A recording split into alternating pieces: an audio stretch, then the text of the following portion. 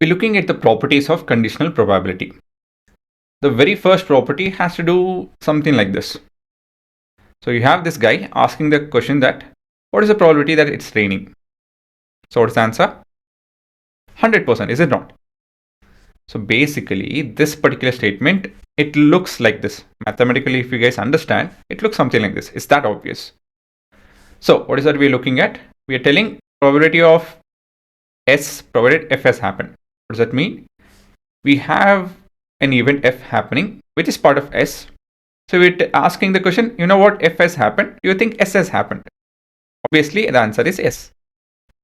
The same thing over here. I don't explain even that. It's quite simple, is it not?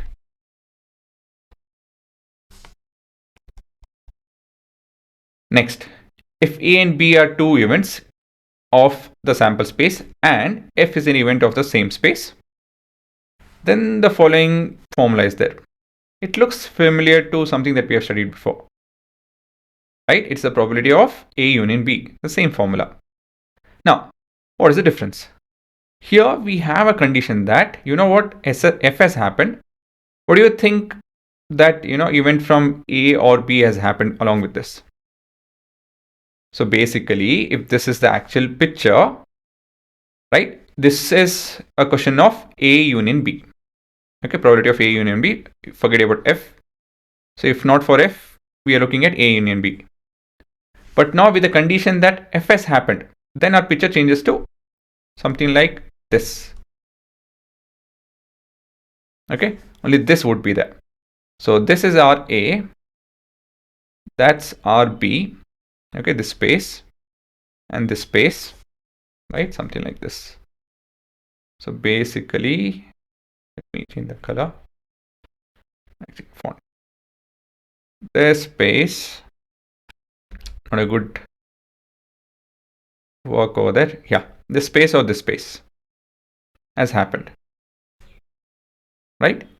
So we'll put a condition that this particular space, okay, this particular space talks about A given F. This particular space talks about B's part given F. And so this would be your answer, right? Make sense? Okay. Out of this entire space, it will reduce to this. Okay, make sense? Now, let's look at the next. Oh yeah, there's one more case related to this.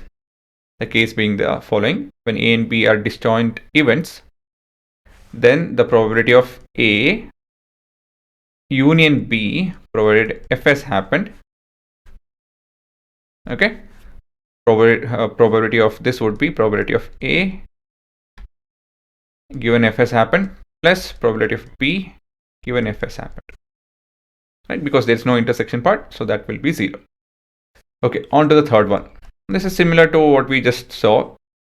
The idea being, we'll not think about, so you know this probability of event not happening is nothing but 1 minus probability of that event happening. But here we have a condition that, you know what, F has happened, right? So then our space will reduce to this, only this circle actually, not even the square, the circle.